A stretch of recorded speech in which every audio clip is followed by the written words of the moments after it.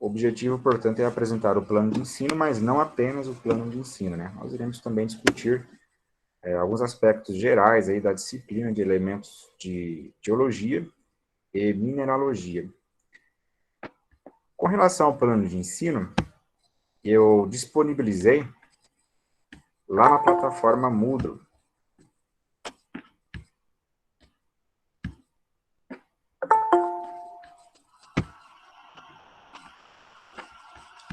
Com relação ao plano de ensino, eu disponibilizei ele lá na plataforma.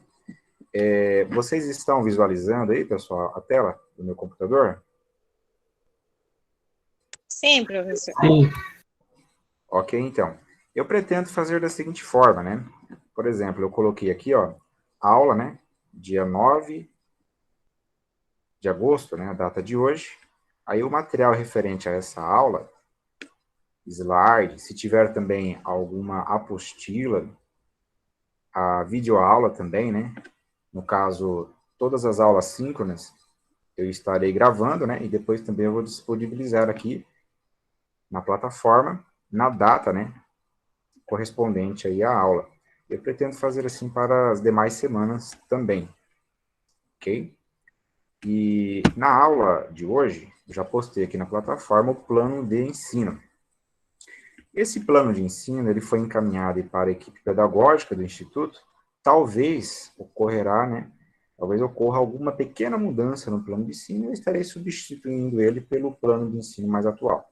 Mas provavelmente não terá nenhuma mudança, né? Com relação àquilo que todos os alunos querem saber, né? Forma de avaliação, isso certamente não terá nenhuma mudança. Então, o plano de ensino, vocês já estão cansados aí de saber, né, como é a estrutura dele, né? Tem uma ementa, né, enfim. Nessa ementa nós encontramos aí todo o conteúdo que será, os tópicos, né, melhor dizendo, né, os tópicos que serão abordados aí no decorrer da disciplina. Então, com relação à disciplina de geologia e mineralogia, vou aumentar aqui um pouquinho,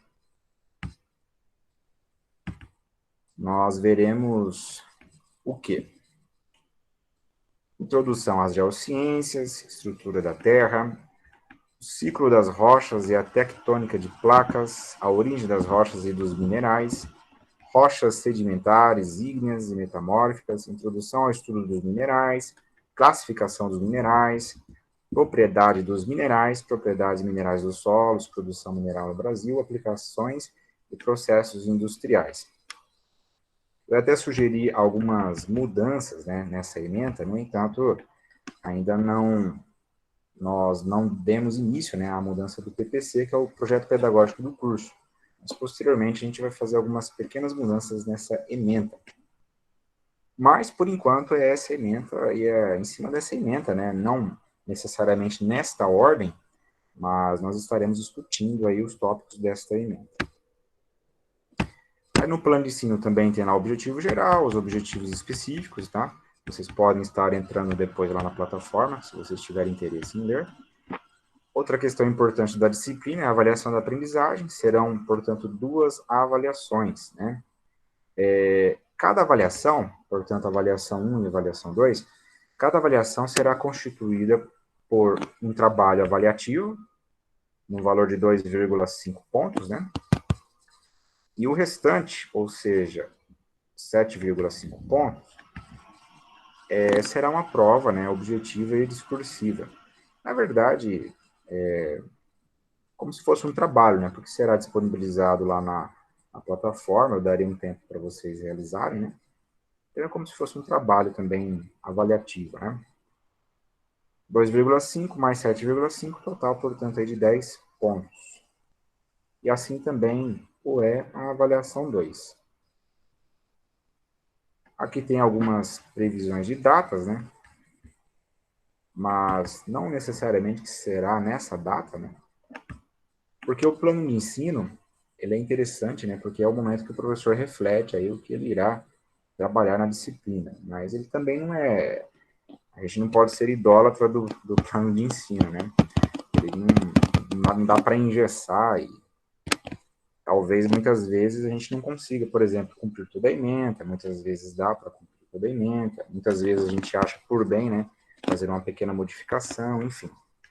Então, o plano de ensino ele é algo que deve dar uma diretriz, mas também não precisa ser algo engessado, né? Serve justamente para dar uma diretriz aí na disciplina. Questões como recuperação da aprendizagem, referências, né, vocês poderão estar lendo lá depois.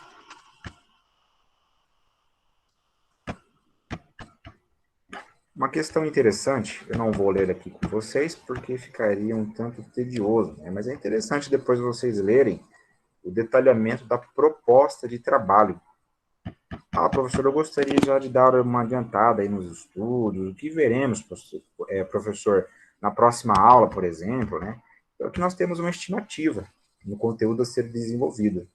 Por exemplo, na data de hoje, né, 8 de agosto, a intenção, como eu disse, né, o plano de ensino ele não é engessado, mas a intenção é isto que estamos fazendo agora, né, apresentar o plano de ensino e também fazer uma aula geral, aí, uma introdução à disciplina, né, e discutir aí o que é a geologia, né, e quais são os objetivos, considerando também alguns aspectos históricos, assim como a importância do ensino de geologia para o futuro docente em química, ok? Então, nessa parte aqui sobre conteúdo a ser desenvolvido, vocês encontrarão todos aqueles tópicos lá da ementa de uma forma mais destrinchada, né?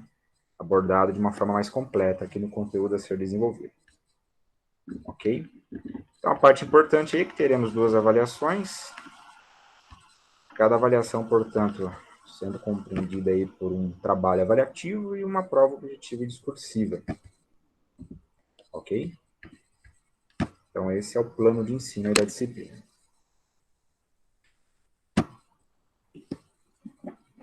Bom, dando continuidade,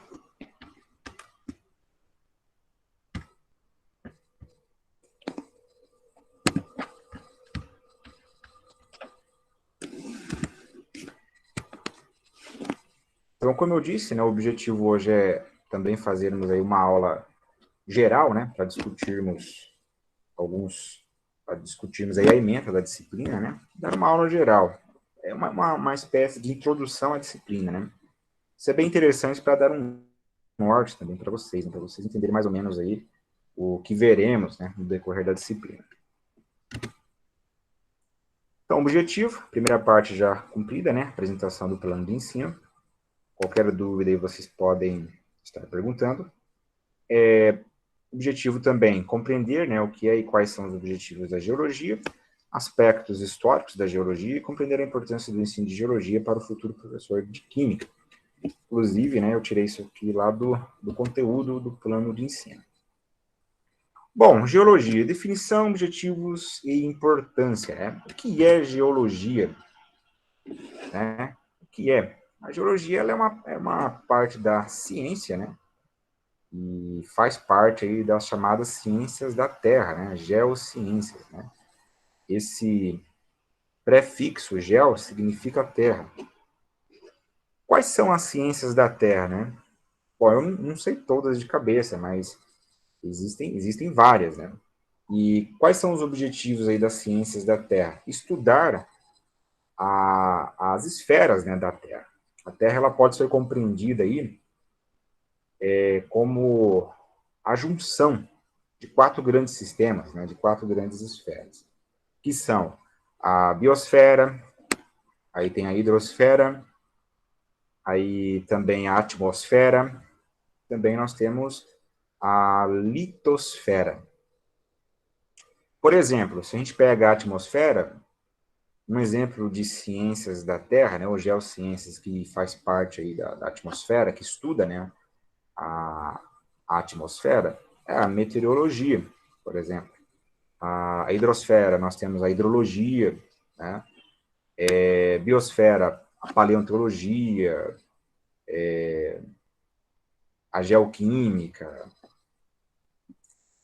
biogeoquímica, né, e com relação à litosfera, né, aliás, o que significa litosfera? Litos vem de pedra, né? A litosfera é justamente a parte aí que foca na massa sólida, né, do planeta Terra.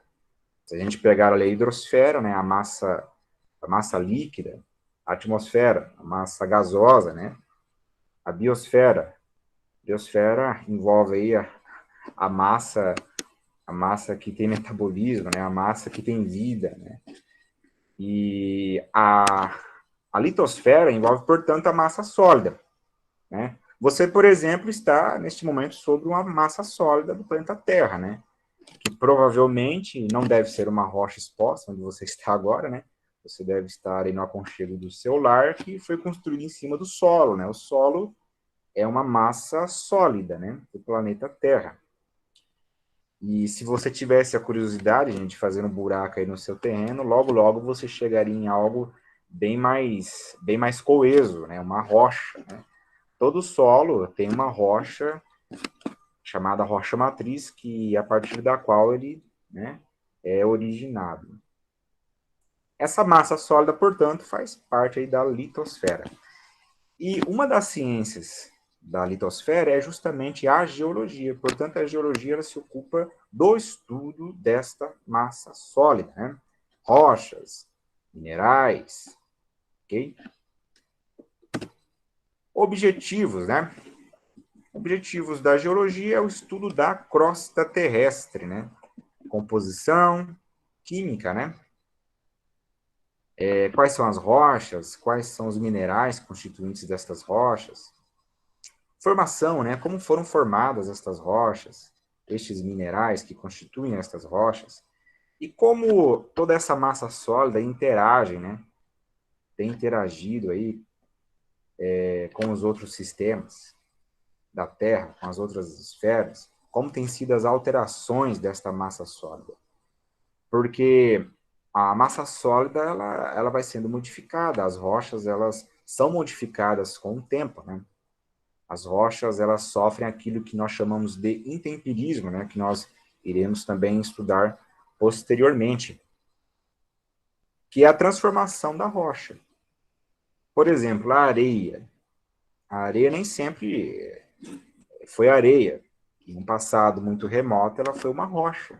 Passou por intemperismo e provavelmente rochas que eram ricas em quartzo, né? Porque a areia ela é rica em quartzo. Aí, a partir desse intemperismo aí, formaram-se as areias. Né? A areia não tem a ver, né, como nós veremos posteriormente, com composição química. Né? A areia, na verdade, é apenas uma terminologia que indica o tamanho da partícula. Né? Assim como a argila também não tem a ver com composição química. Né? Ah, o nome argila está relacionado com tal composição química, com tal substância. Não. A argila está relacionada, assim como a areia, silt, né? A palavra silt é uma palavra meio estranha, né? Mas posteriormente nós iremos abordar de forma um pouco mais detalhada, né? Essas palavras, elas estão relacionadas com o tamanho das partículas. E essas partículas, anteriormente, faziam parte de um corpo maior, uma rocha, né? Mas passou por alterações e nós iremos estudar, né? Todas? Não, iremos estudar as principais, né? Sempre tentando ler a história da Terra, né? Isso é geologia, utilizando aí o óculos da química, né? A gente pode utilizar vários óculos para ler a história, né? A física, o óculos da biologia. Bom, para nós iremos estudar, né? Iremos ler essa história da Terra, né? Com os óculos aí da química. É interessante que aqui no objetivo está escrito, ó, estudo da crosta terrestre, né? Professor, mas o que é crosta terrestre? Veremos também de uma forma mais detalhada posteriormente. Mas crosta terrestre é uma das partes, né, relacionadas aí com a estrutura interna do planeta Terra. E a crosta terrestre é a estrutura mais superficial, tá? Você está sobre a crosta terrestre, né? Você está sobre o solo e o solo está na crosta terrestre. Além da crosta, a Terra também ela é dividida em manto, né, núcleo, né? Inclusive, vocês irão provavelmente relembrar, né, muito daquilo que vocês viram lá no ensino médio, né? Nós iremos ver um pouco também, não iremos nos aprofundar, mas é bem interessante estudarmos aquela que talvez seja a principal teoria da geologia, né? Vocês também vão relembrar lá este conteúdo, né, lá do ensino médio, que é a tectônica global, né, placas tectônicas, enfim. E qual é a importância, né? Assim, o estudo da geologia está relacionado com áreas que hoje, né, para a sociedade moderna, era antigamente importante e hoje é muito importante, né? O geólogo, né, ele está envolvido, por exemplo, com a localização de recursos naturais. Só um momento, acho que alguém entrou aqui, né?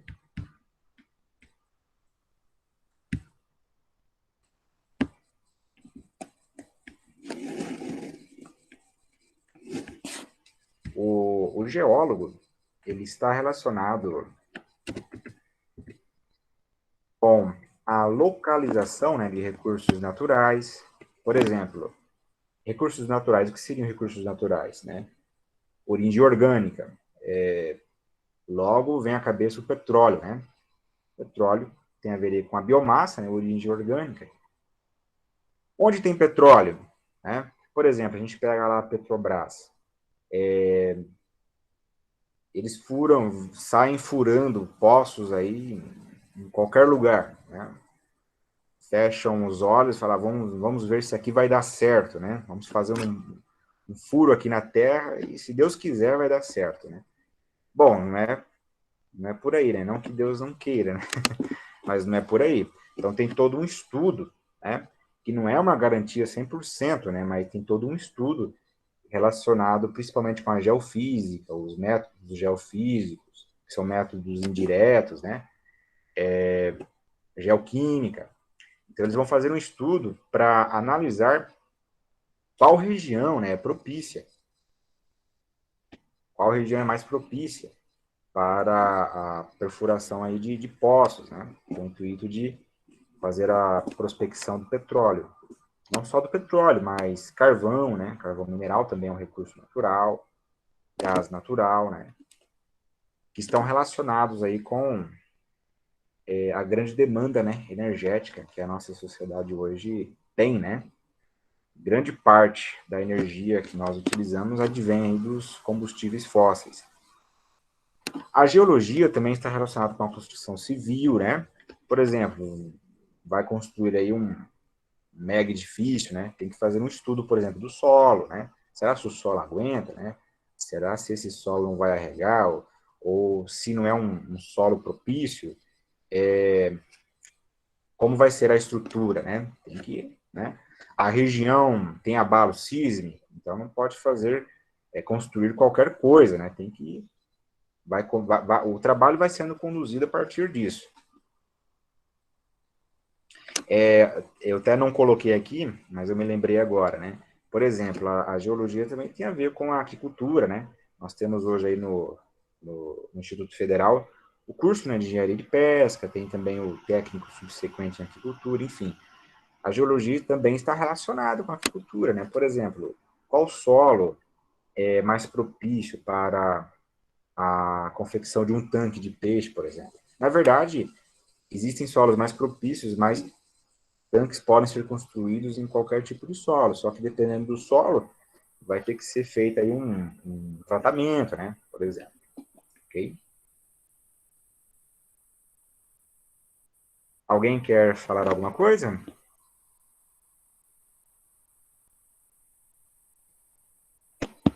Bom, uma outra questão também que a geologia está relacionada é com a energia geotérmica, né? Exatamente. A Terra, ela tem um calor, né? Ela produz calor no seu interior. E esse calor, ele pode ser utilizado na produção de energia elétrica, né? Aí vai ter lá a central geotérmica, com toda a parafernália, né, com toda a engenharia para o referido propósito, né, o transformador que vai, enfim, vai transformar essa energia que não é elétrica em energia elétrica, né? Isso daí vai para a rede elétrica e vai, enfim, vai acender a lâmpada, né? Não vou dizer que vai acender a lâmpada da sua casa, né? Porque eu acho que no Brasil não tem central geotérmica, né? Mas, por exemplo, países como, se eu não me engano, a Islândia, né? A Islândia, inclusive, ela A Islândia é um país que recebe muitos turistas justamente por causa disso, né? Aquelas fontes termais, enfim. Na Islândia tem, né? Centrais geotérmicas.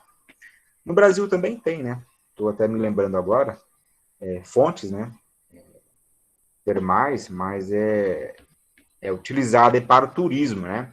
Por exemplo, não fica muito longe daqui, né? Caldas Novas, né? Tem Poços de Caldas também.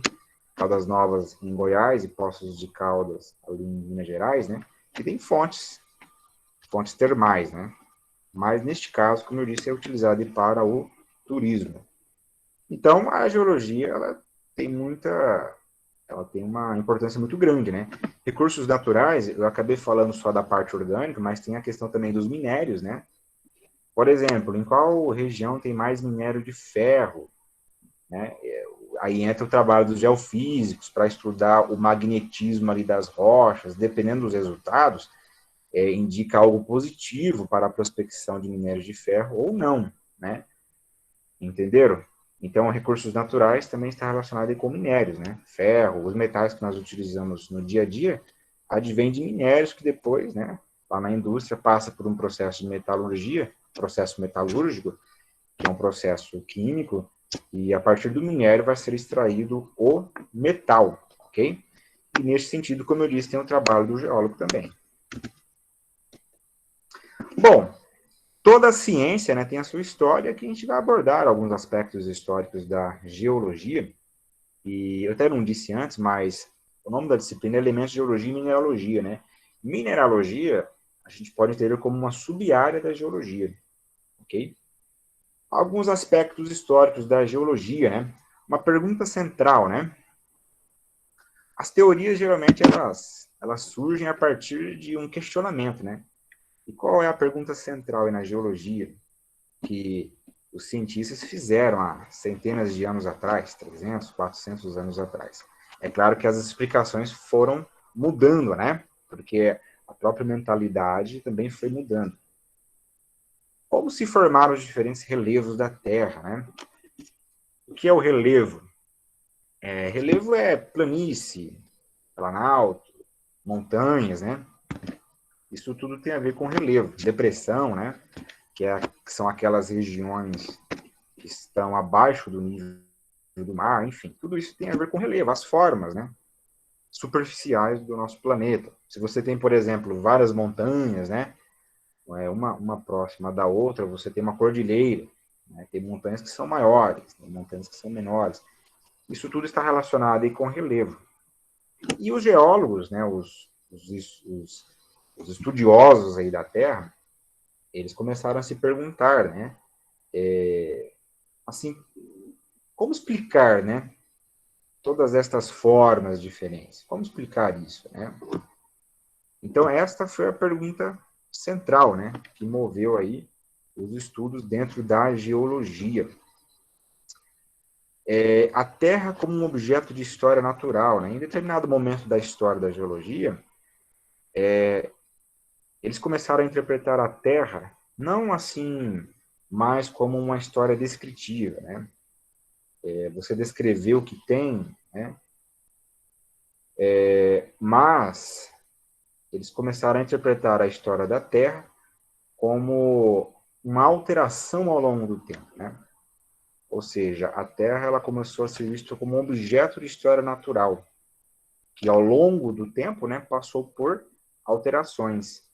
Então, não era só meramente descrever o planeta Terra, mas procurar entender o planeta Terra como um planeta dinâmico, que está passando, né, passou, está passando e passará, né, por alterações. Uma questão importante também na história da geologia é a questão do tempo, né? Qual é a idade da Terra? Né? Qual é a idade do planeta Terra? Né?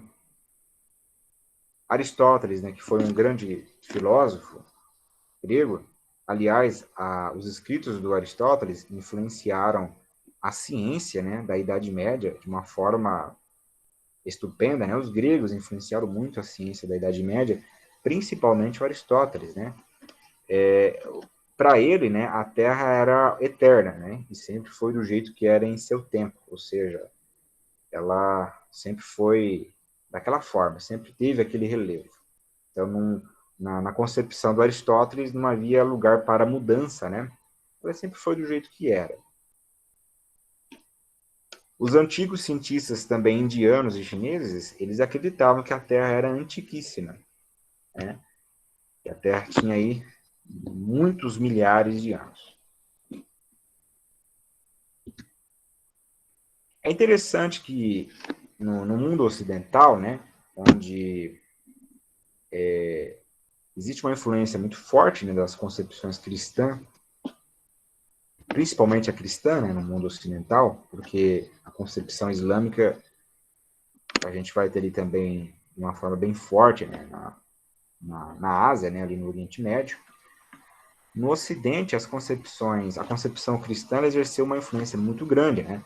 Na Europa, onde surgiu a ciência moderna, os estudiosos da Terra, mesmo após ali a Revolução Científica, né, eles sempre procuravam compreender o planeta e fazer uma relação ali, por exemplo, com o livro de Gênesis, né, com o livro que trata ali da origem, né, de tudo. E a partir dessa concepção, né, esses estudiosos, eles não davam mais do que milhares de anos aí para o planeta Terra.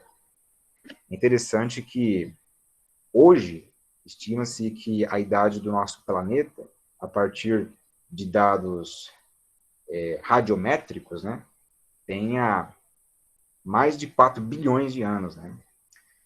É interessante que nessa época, século XVI, né, século XVII, né, essa concepção cristã, né, essa vontade de relacionar com aquilo que estava escrito em Gênesis, né, faziam com que muitos acreditassem que a Terra ela tinha poucos milhares de anos, relacionando ali com aquela genealogia, por exemplo, ali que tem em Gênesis, né, que trata ali da criação do homem, né, de Adão, enfim. É interessante que nesse contexto tem um cardeal chamado Usher, né, ele chegou a dizer que a Terra tinha 4.004 anos de idade. Ele falou assim que a Terra tinha sido criada, inclusive, à noite, em um sábado. É muito interessante, né, porque é uma viagem, assim, como a pessoa pode ser tão precisa, né? Mas é interessante observar que na história da ciência, né, esse cardeal chamado Usher, que fez essa estimativa tão precisa, né, ele é de uma época onde essa precisão ela era bem estimada, né, pelos cientistas, né? Inclusive, essa ideia de precisão naquela época vai ser criticada por um dos filósofos da ciência chamado Gaston Bachelard, né? Que ele fala o seguinte, que naquela época o pessoal, eles queriam descrever tudo com muita precisão, mas os próprios aparelhos, eles eram incapazes, né, de, de dar tal precisão. E esse cardeal, ele é dessa época, e ele estava sendo movido por este espírito, né, e, portanto, ele chegou a dar até uma data exata, né, para a idade da Terra. Um tanto curioso, né? Essa estimativa hoje da idade atual do planeta, tendo mais de 4 bilhões, também não é uma estimativa absoluta, né? Tiveram mudanças no decorrer do século XIX, século XX, e poderá, eventualmente, né, ter outras mudanças. Quem sabe até diminua a idade do planeta, ou aumente, a gente não sabe. Mas hoje a idade do planeta Terra está na escala, portanto, da 10 a nona, né, que é bilhão. Bom, a partir da compreensão da natureza das rochas, de minerais e fósseis, né, os geólogos podiam tentar ler a história da Terra. Né? Então, assim, no desenvolvimento aí da geologia, né, os geólogos perceberam que existiam diferentes tipos de rochas, né? Cada rocha tinha uma constituição mineral específica. Eles perceberam que essas rochas, muitas vezes, elas tinham uma estrutura estratificada, né? O que significa isso? Camadas de rocha, né? Uma camada, outra camada, estratos, né? Uma estrutura estratificada. E eles percebiam muitas vezes que esses estratos coincidiam, né, com lugares, com outros lugares. Nesses estratos, que são de rochas sedimentares, por exemplo, muitas vezes eram encontrados fósseis, né? E eles poderiam, por exemplo, muitas vezes encontravam os mesmos fósseis em outros lugares, em estratos parecidos, então eles começavam a fazer relações, né? Eles também começaram a compreender que os estratos que ficavam mais acima, eles eram estratos mais recentes, né? E, portanto, os estratos que estavam mais abaixo eram estratos mais antigos, né? Então, eles foram obtendo, por exemplo, uma idade relativa, né, dessas rochas, compreendendo um pouco ali da história da Terra, porque estudando essas rochas, eles podiam também obter, portanto, dados aí sobre a história da própria Terra, obviamente, né? É interessante que essa estrutura estratificada, você pode pensar assim, professor, mas isso daí não faz parte do meu cotidiano. Não, faz sim. Por exemplo, se você prestar atenção, ali na BR-63, indo para Rio Verde, vocês vão perceber que a BR, em alguns lugares, eles tiveram que cortar rochas, né? Se você olhar bem, dependendo de onde você esteja indo ali, à direita, à esquerda, se você olhar bem, você vai perceber estruturas estratificadas, né? Um geólogo, ele chega ali, ele vai analisar aquilo e ele vai começar a interpretar a história daquele lugar, né? E quando eu disse história, eu falei de forma relativa, né? Não é uma idade, né? Idade relativa, não uma idade absoluta, né? Mas é interessante que faz parte aí do nosso cotidiano, né? Indo ali para Rio Verde, o dia que vocês forem, prestem atenção nisso, né? Vocês vão ver essas estruturas estratificadas, né? Ali no caso de rochas sedimentares, né? Bom, chegamos no século XIX, né? O século XIX é um século muito importante, inclusive para a química, né? No final do século XVIII, né? O Lavoisier vai trazer uma metodologia para a química. No século XIX, a química vai se tornar uma ciência com o mesmo status da física e conhecida internacionalmente, né? Principalmente aí pelos trabalhos do Berzelius, um químico sueco. Enfim, foi um século muito importante para a química. E o século XIX foi muito importante também para a geologia, porque é neste século que vai surgir a geologia moderna. A química moderna já surge ali no século XVIII, com o trabalho do Lavoisier, né?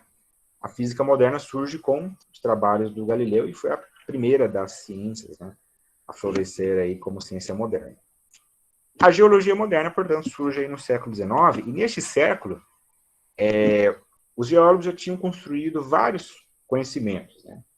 Eles já tinham estabelecido várias teorias, né? E neste século, duas escolas estarão em confronto, né?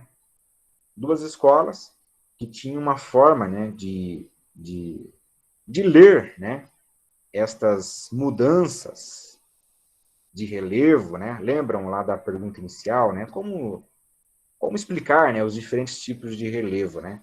Então, duas escolas se sobressaíram e cada uma tinha um óculos ali para ler e trazer aí uma explicação para esta pergunta, que eram os catastrofistas e, se contrapondo a eles, os chamados uniformitaristas, né? Os catastrofistas, eles procuravam interpretar, né, todo esse conhecimento que a geologia já tinha, e eles diziam o seguinte, que esses diferentes relevos que a Terra tem, eles foram sendo formados a partir de eventos catastróficos, né? Eventos catastróficos. Catástrofes, portanto, moldaram a morfologia da Terra, o relevo da Terra. De repente, um terremoto, de repente, um vulcão, muitos ficavam empolgados porque eles diziam que isso poderia estar relacionado, por exemplo, lá com o livro de Gênesis, né?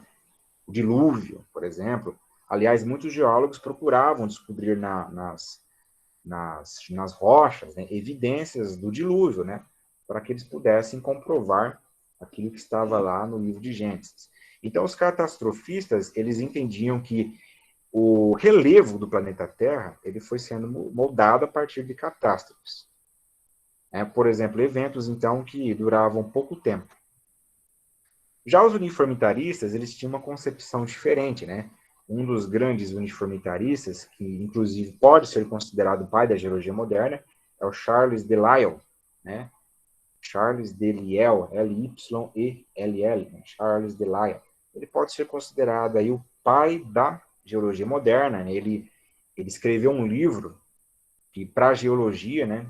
Esse livro ele tem o mesmo status que aquele livro lá, que o Lavoisier escreveu, né? Traité élémentaire de chimie, tem para química, né? O livro que Liel escreveu na geologia, o princípio de geologia, ele teve o mesmo impacto que o livro do Lavoisier, né, para química. Então esse livro ele dá ali as bases, né, o início ele indica, né, o início da geologia moderna. E o Liel, né, o Lyell, né, Liel em português, lá em inglês, ele foi, portanto, uniformitarista. E qual era a visão dessa escola? Eles entendiam, primeiramente, que provavelmente a Terra não era tão nova, né, como queriam os religiosos, né? Provavelmente a Terra ela era bem antiga. Considerando isso, Liel ele percebeu que nos dias na sua época e hoje, né, não é diferente, ocorriam abalos sísmicos, ocorriam vulcanismos, e ele deduziu que no passado também foi assim. E esses eventos, de forma gradativa, eles foram moldando, né, de uma forma gradativa, de uma forma uniforme, o planeta Terra no decorrer do tempo.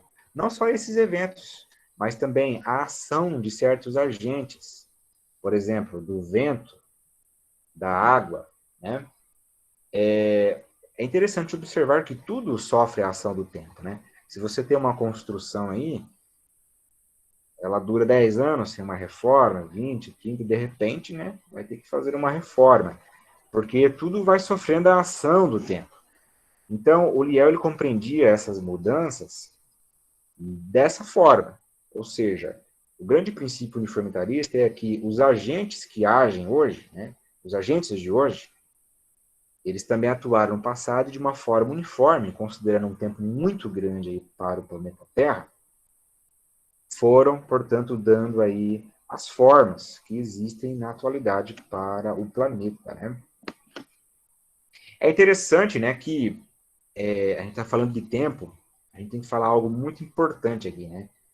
Porque a gente vai tratar de geologia e a geologia, ela fala muito ela está embasada, né? Os eventos geológicos, eles estão embasados naquilo que nós chamamos de tempo geológico, né? E o tempo geológico, ele não é um tempo na escala, por exemplo, da existência da nossa espécie, né? Alguns estudiosos dizem que a gente existe aí por sapiens sapiens, né, por algumas centenas de milhares de anos apenas. Quando se fala em tempo geológico, a escala ela aumenta muito mais, né? São milhões de anos, até bilhões de anos. Isso é tempo geológico, tá? Portanto, as reações que vão mudando as formas da Terra, dando conduzindo, né, essas transformações, essas reações elas acontecem em uma taxa perceptível a partir de muito tempo depois, né? É o tempo geológico, tá? Então, quando a gente fala de mudanças geológicas, não é uma mudança na escala humana, apesar de que em uma vida toda a gente consegue perceber algumas mudanças, né, aí na Terra, né? Por exemplo, uma praia que existia e já não existe mais, né? Em um tempo de vida você consegue perceber talvez essa mudança, né? Isso acontece, né? Hoje em dia. Mas, por exemplo, a transformação de uma rocha, a formação da areia, né? A formação de uma rocha granítica no interior da Terra, né? Isso tudo tem a ver com o tempo geológico, é uma escala que vai muito além, né, da escala de existência da humanidade. Bom, chegando no século XX, surge, portanto, aquela que talvez seja a principal teoria da geologia. E nós iremos, assim, ver ela, né, estudar ela de uma forma bem resumida, que é a teoria da tectônica de placas. E essa teoria ela tem implicações muito interessantes que nós estudaremos. Bom, então, assim, qual a importância, né, de estudar geologia? Eu coloquei algumas coisinhas aqui, mas você mesmo pode encontrar aí outras questões, né, que envolvam o estudo de geologia e fortalecer ainda mais esse raciocínio, né? Qual a importância da geologia para o ensino de química? Eu, particularmente, eu acho muito interessante aprender sobre a geologia, né, mineralogia, primeiro lugar, que conhecimento não ocupa lugar, né? Sempre é bom nós aprendermos algo novo, interessante. Não só o profissional da área da química, mas todos, né, que assim desejarem. É interessante porque a geologia ela nos dá uma percepção, né, de como a Terra tem mudado, né? E a gente pode interpretar estas mudanças, como eu disse anteriormente, a partir de muitos óculos, né? E um dos óculos que a gente pode utilizar, né, utilizando uma figura de linguagem, né, são os óculos da química. Interpretar essas mudanças, porque a partir da química, porque muitas mudanças envolvem a transformação de um determinado material em um outro material, né? A química envolvida nas transformações naturais de minerais, constituintes das rochas, né? A química dos solos, né? Formação, morfologia e constituição. A química dos solos, por exemplo, é muito interessante, né? Porque os solos eles são oriundos de um determinado tipo de rocha, e conforme for as características químicas dessa rocha, o solo, por exemplo, pode ser um solo arenoso. Conforme for as características destas rochas, o solo ele pode ser um solo argiloso. Ele pode ser um solo, por exemplo, como existe ali na bacia do Rio Paraná, né? Um solo vermelho, né? A chamada terra roxa, que na verdade não é terra roxa, né? Porque os italianos falavam terra roja, né? Que significa vermelho, né? Mas aportuguesando ficou terra roxa de roja, mas roja é vermelho. Dependendo da rocha, o solo ele vai ter aquelas características, né? Um solo rico em ferro, né? Aquela coloração mais avermelhada. É interessante que tudo isso você pode montar aí um estudo de caso, né? Os solos mesmo, eles são o estudo dos solos é um tema gerador muito interessante para uma aula interdisciplinar, né, dentro da química. E hoje em dia essa questão da interdisciplinaridade, né, é algo que é eu não diria cobrado, mas assim, é algo que tem sido muito discutido, né? O professor mostrar aí que a sua disciplina não é uma disciplina isolada, né? Mas é uma disciplina que está relacionada com outras áreas do saber. E a química tem tudo a ver, né, com a geologia, com as transformações químicas, né, que os materiais naturais passam.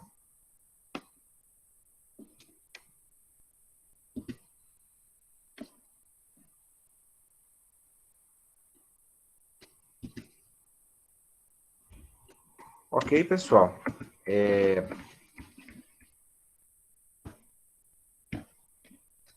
Tranquilo? Alguma pergunta? Tudo certo? Nenhuma dúvida por hoje?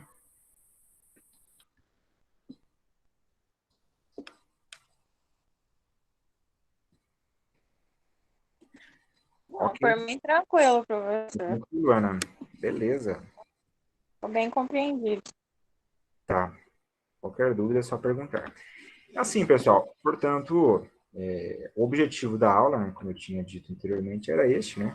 Nós discutirmos aí o plano de ensino, e eu procurei aí trazer uma visão geral da disciplina, né? Na próxima aula, a gente vai começar aí a pormenorizar, né, os conteúdos. O objetivo da próxima aula, se vocês tiverem interesse depois, né, dar uma olhada lá no plano de ensino, o objetivo da próxima aula é a gente estudar aí a origem, né, do planeta Terra. A gente vai discutir brevemente aí a origem do universo, do sistema solar, quais são os planetas constituintes do sistema solar, né, de uma forma bem resumida, né, porque não é necessário aprofundar nisso.